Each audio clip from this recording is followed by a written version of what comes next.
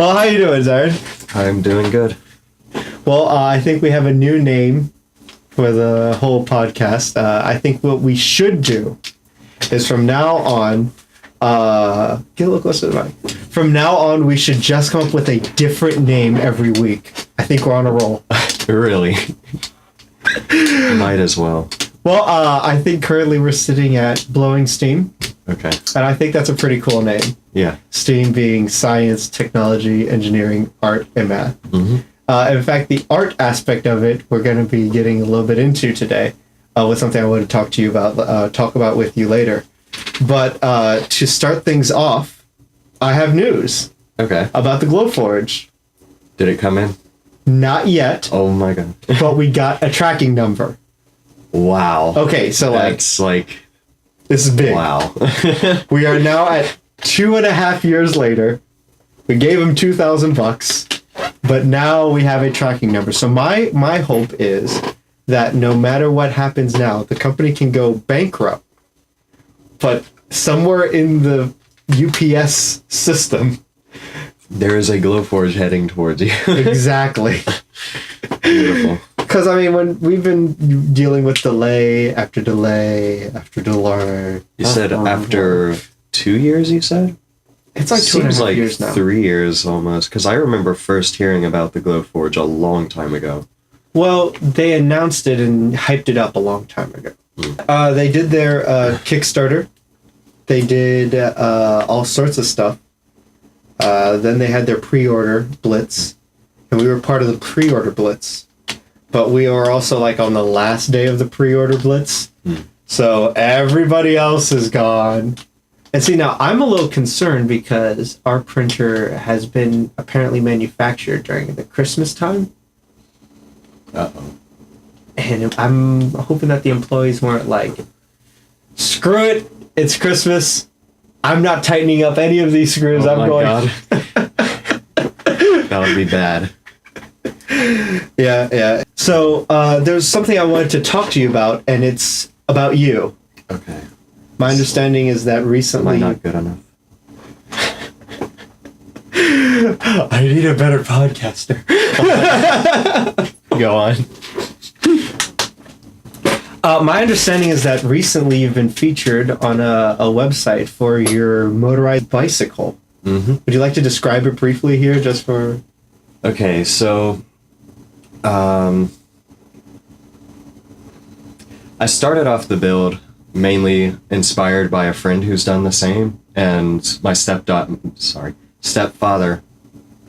has also used the same kit years before, but at the time I wasn't as interested, just because it seemed impractical. But recently I started doing research on that whole thing, because with how poor the fuel economy is for my actual vehicle out here, like, because of how poor it is, I was like, okay, I need something that has better fuel economy that I can just go to school to, like, on.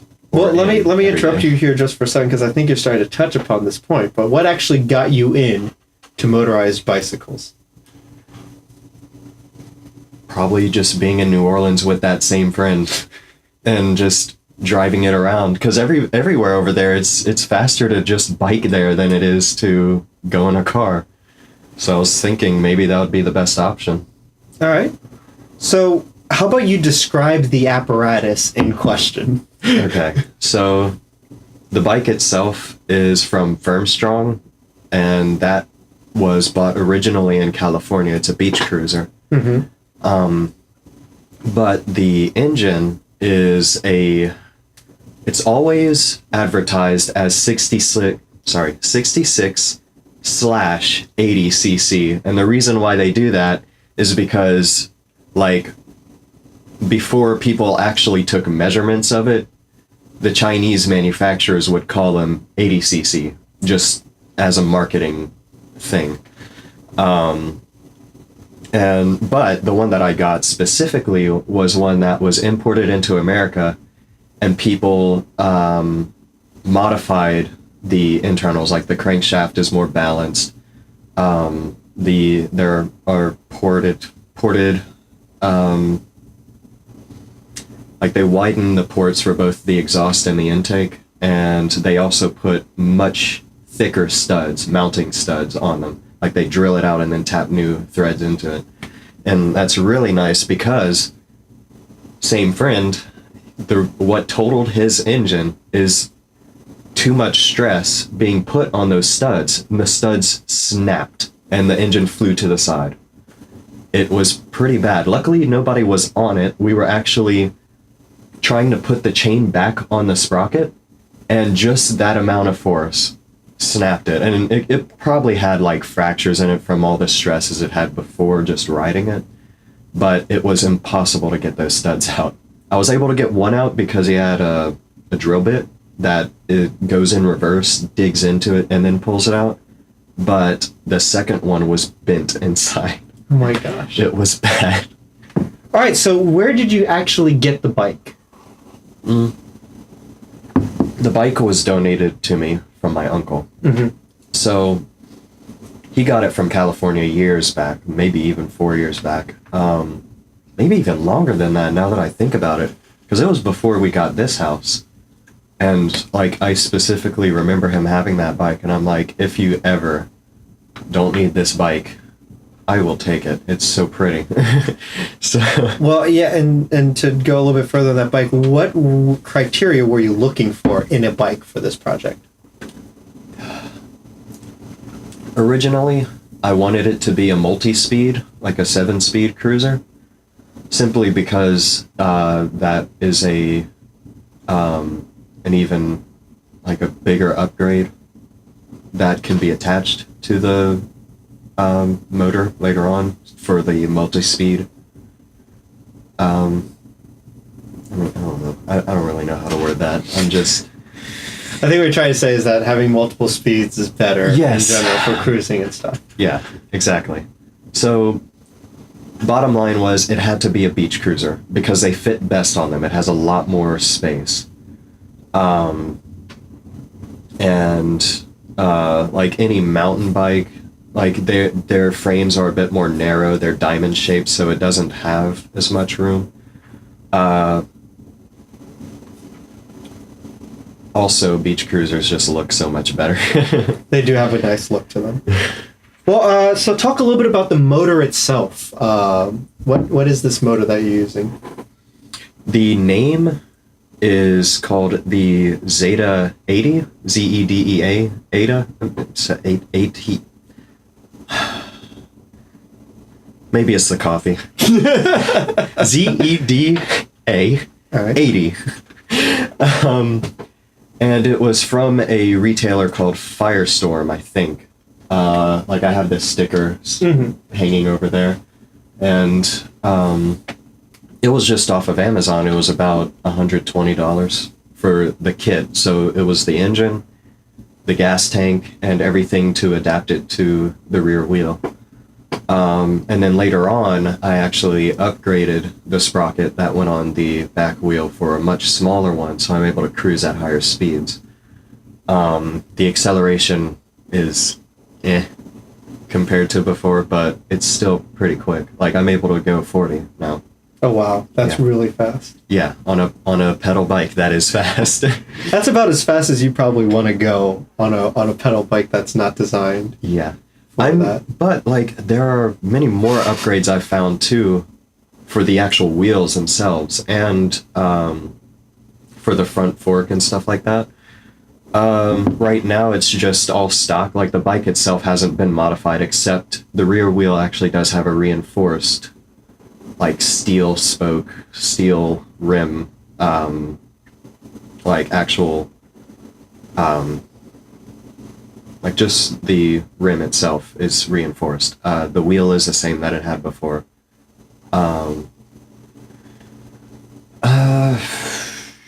The only thing I kind of don't like about that is the fact that it still has a coaster brake, which is honestly a hazard at this point, because it slowly loosens itself over time, and I have to tighten it back up. Oh wow! Because all those forces just going 40 miles per hour on a regular bike, it's gonna do that. Well, actually, I did want to talk to you about the fact that recently we had some stormy weather here in Lafayette, and you were out and about in that. Yes, but luckily it was only while it was drizzling. Like it was just before it actually started going. Because if memory serves me right, you had an incident on that bike before. Now it's going 40 miles an hour. Oh, I just had to learn exactly how much grip those tires had because I leaned in way too far on that one time. So like as far as I can remember, I've only actually fallen off of that bike twice. One was that time where right after it rained and the road was really slick. And I think there was a bit of gravel there too. Like it seemed like the road was crumbling off there. And so I leaned into it because I was going pretty fast and I felt like if I leaned in hard, then I'd be able to clear that. But I leaned too much and it just slipped out from under me. The second time, however, was literally less than a minute after first running that engine. Oh, really? Yeah. I was actually around the same corner of the gas station that I just filled it up at. I was on the sidewalk, actually. I went around the corner right after starting it up, went down, and I was going maybe 15 miles per hour, not too fast.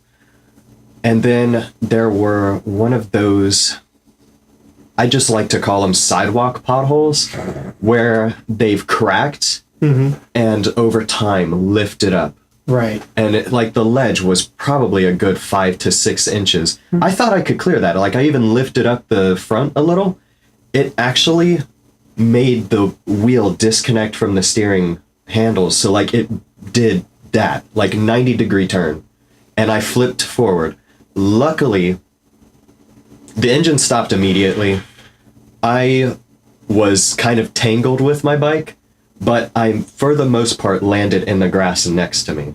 So that was a lucky fall. So all I had was a pretty bad bruise next to my knee on my thigh. That went away. It's good now. All right. Well, the last thing I'm going to talk about is what were some of the challenges that you faced during the build? I'd say the most challenging part of all, which is actually what made me break my first rear rim, was taking off the brake arm. Because coaster brake hubs have this little arm on the left side, and the nut on that side was so unbearably tight that the entire axle came apart when I was trying to loosen it. The entire axle itself, all the bearings fell out. Wow. Literally, the balls just started falling out. It was an old rim, so it was it probably needed a replacement soon anyway. But it literally broke that, and I could not put it together correctly. But after getting the second one, I was able to pop that one off easily because they assembled it right there in the shop just minutes before. I was able to pop that arm off after taking off the nut. And then you have to put the sprocket on.